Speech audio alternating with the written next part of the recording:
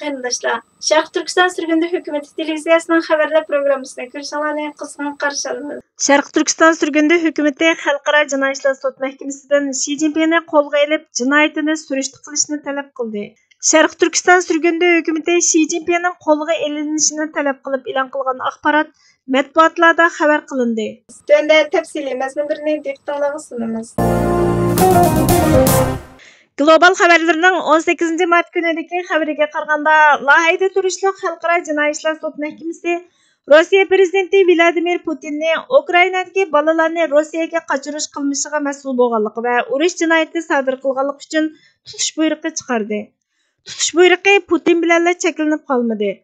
Rossiya Bolalar haqlari komissari Mariya Alekseyevna Livova-Belvag'imi tutish buyrug'i chiqardi. Kremlin qarorni e'tirof qilmaydiganligini bildirdi. Ukraina bu davlatimiz va xalqaro qonunga nisbatan tarixiy bir ish dedi. Yevropa Birligining yuqori darajali tashqi ishlar vakolatchisi Josef Borrell qarorni mamnunlik bilan qarshi oladiganligini bildirib, bu Rossiyaning Ukrainada ishlagan jinoyatlariga javobgar bo'lishdagi tunji qaror dedi. Putin urush boshlangandan beri Ukraina bolalarini ruslashtirish va assimilyatsiya qilish bilan ayblandi. Sharq Turkiston Surgunda hukumati Xalqaro jinoiy ishlar sud mahkamasi Rossiya prezidenti Vladimir Putinni tutish buyrug'i chiqargandan keyin 18 mart kuni axborot e'lon qilib, Xalqaro jinoiy ishlar sud mahkamasidan Shi Jinpingni qo'lga olishni talab qildi. Sharq Turkistonliklar Shi Jinpingning qo'lga olinishini talab qildi degan temada e'lon qilingan axborotda mundaq deyildi. 880.500 Uyg'ur va boshqa turk xalqining bolalari oilalaridan majburiy ayirib etilib, Xitoyning yataqliq maktablari, ming yuyish lagerlariga avatildi. Xalqaro jinoiy ishlar sud mahkamasi 2023 yil 17 mart kuni Rossiya prezidenti Vladimir Putinni urush jinoyati bilan qo'lga olishni qaror qilib, bolalarni qochirish jinoyatiga mas'ul dedi. Sharq Turkiston Surgunda hukumati va Sharq Turkiston Milliy Uyg'unish harakati Xalqaro jinoiy ishlar sud mahkamasidan 2020 yil 6 oyda Xalqaro jinoiy ishlar sud mahkamasiga sunilgan Shi Jinpingning Sharq Turkiston, ya'ni atalmish Şinjandagi Uyg'ur va boshqa turkiy xalqlarga yurgizayotgan irqiy qirg'inchilik, insoniyatga qarshi jinoyat uchun qo'lga olinishni talab qilgan arznamasini qabul qilishni talab qiladi. Sharq Turkiston Surgunda hukumatining bosh ministri Salih Xudoyor apandi, biz Xalqaro jinoiy ishlar sud mahkamasidan harakatga kelib, Xitoy prezidenti Shi Jinpingning Xitoyning Sharq Turkistondagi Uyg'ur va boshqa turkiy xalqlarga qarata yurgizayotgan irqiy qirg'inchilik va insoniyatga qarshi jinoyatidagi mas'uliyatini surishti qilishga chaqiriq qilamiz. Xalqaro jinoiy ishlar sud mahkamasi davom qilayotgan irqiy qirg'inchilikni tekshirib, Shi Jinpingni 21-asrda yurgizayotgan irqiy qirg'inchilikdagi bevosita roli sababidan qo'lga olib, adolatni himoya qilishi aslo qayta takrorlanmasin degan va'dasida ching turish kerak dedi.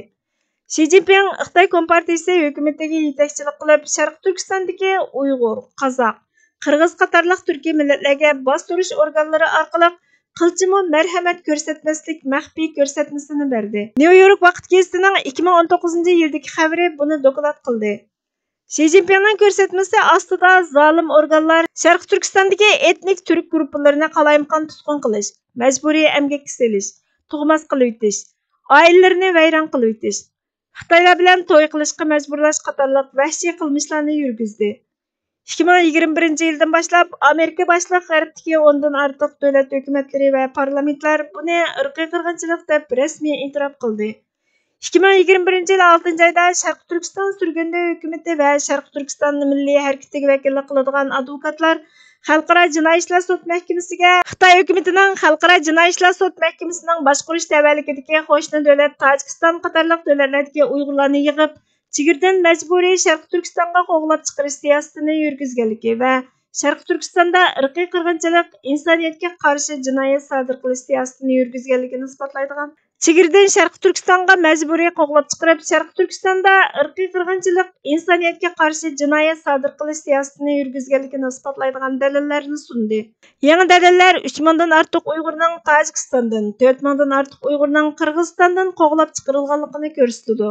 3 milliondan ortiq Uyg'ur, Qozoq, Qirg'iz qatorliq turkiy xalqlarning qalayimqon tutqun qilinib qamilishiga qo'shib, 880.500 Uyg'ur va boshqa turk bolalarining mingisini yuyish uchun oilasidan majburiy elib, davlatning yatoqliq maktabi yoki Darultam deb atalgan turmalarga soldi.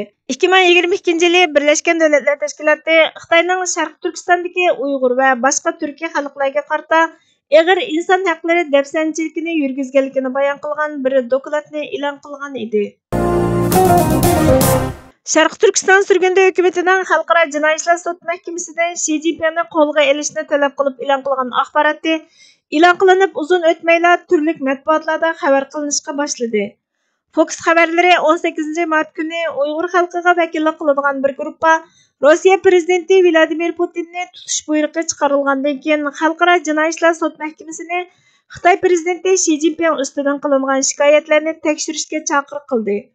Sharq Turkiston Surgundi hukumatining bosh ministri Salih Xudoyor shanba kuni e'lon qilgan axborotida biz Xalqaro jinoiy ishlar sudini harakatga kelib, Xitoy rahbari Xi Jinpingning Sharq Turkistondagi Uyg'ur va boshqa turk xalqlariga qaratilgan irqiy qirg'inchilik va insoniyatga qarshi jinoiy qilmishlari uchun javobgarlikka tortishini talab qilamiz. Xalqaro jinoiy ishlar sud mahkamasi davomlashayotgan irqiy qirg'inchilikni tekshirish va Xi Jinpingni 21-asrdagi cho'ng qirg'inchilikqa o'xshash irqiy qirg'inchilikda bevosita rol olganlik uchun qo'lga olish orqali adolatni yetkazishi va hargiz qaytalanmasin degan va'dasiga amal qilish kerak dedi. Sharq Turkiston Surgundi hukumatining axborotida qo'shni davlat Tojikiston qatorliq Xalqaro jinoiy ishlar sud mahkamasiga a'zo davlatlarni o'z ichiga olgan davlatlardagi Uyg'ur va boshqa turk xalqlarini majburiy chegaradan qo'g'lab chiqarish, Sharq Turkistonda irqiy qirg'inchilik yurgizish qatorliq qilmishlar bayon qilingan. Yangi paketlar 3000 nafardan ortiq Uyg'urning Tojikistondan, 4000 nafarining Qirg'izistondan majburiy qo'g'lab chiqarilganligini gavdalantirdi. Axborotda yana 3 milliondan ortiq Uyg'ur, Qozoq va boshqa turkiy xalqlarning jazo lagerlariga qamalganligi, 880.500 dan ortiq Uyg'ur va boshqa turk bolalarining oilasidan majburiy ayrilganligi bayon qilindi.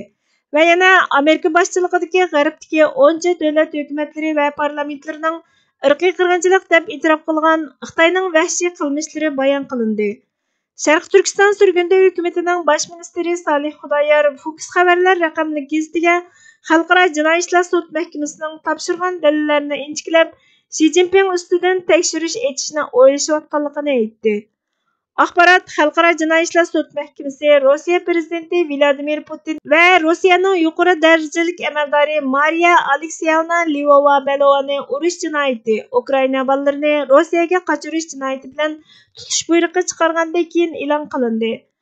Rossiya tashqi ishlar ministri Mariya Zakharova Rossiya Xalqaro jinoiy ishlar sudining Rim nizomnomasiga a'zo davlat emas. Nizomnomaga amal qilish majburiyati yo'q. Bu tutish buyrug'i inovatsiz deyildi. Uningdan boshqa UPI xabar turida 18 mart kuni Sharq Turkiston Surgundi hukumatining axboroti tafsiliy xabar qilindi va Sharq Turkiston Surgundi hukumati tunishtirildi. Sig'inish. Abduri Mamtili Tevfiq. Ana yurtdan ketdim yiroqqa, yurdim yiroqda g'amdiman. Yegudek ashnan qini issiq sug'oqda dangdiman.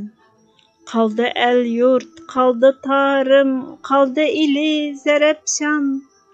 Ushbu vatan g'imida ko'nglim mening perişan. Nagi barsam kemsitish, vatansiz deb ataldım.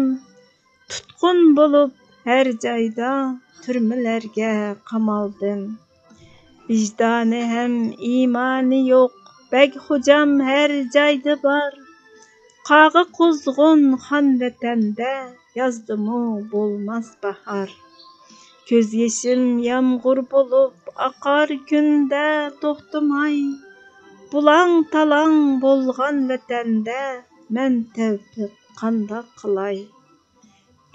Vatanim, g'amguzarim, mehribonim ona yer. Alimimda tengdoshsiz sharqdagi bir go'har. Her günün o'tdi baxtsiz bu qorong'u zulmatda. Fen bilimni terk etib yotdim uyqu g'aflatda. Istutak ichra qoldi elvatan hali xarob. Tarz emas naxshi soz bizga, satar sunay tuttar ravab. Ey vatanim baylığım, köngül şadi yaylığım. Sen üçün pida oğul mən, təxtim sana barlığım. Hörmətli görürmənlər, xəbərlərimizdən kögün alaq üçün köp rəhmət. Kelər qıtımqı proqramımız görüşkəcə Allah'a amanet bolğaysızlar.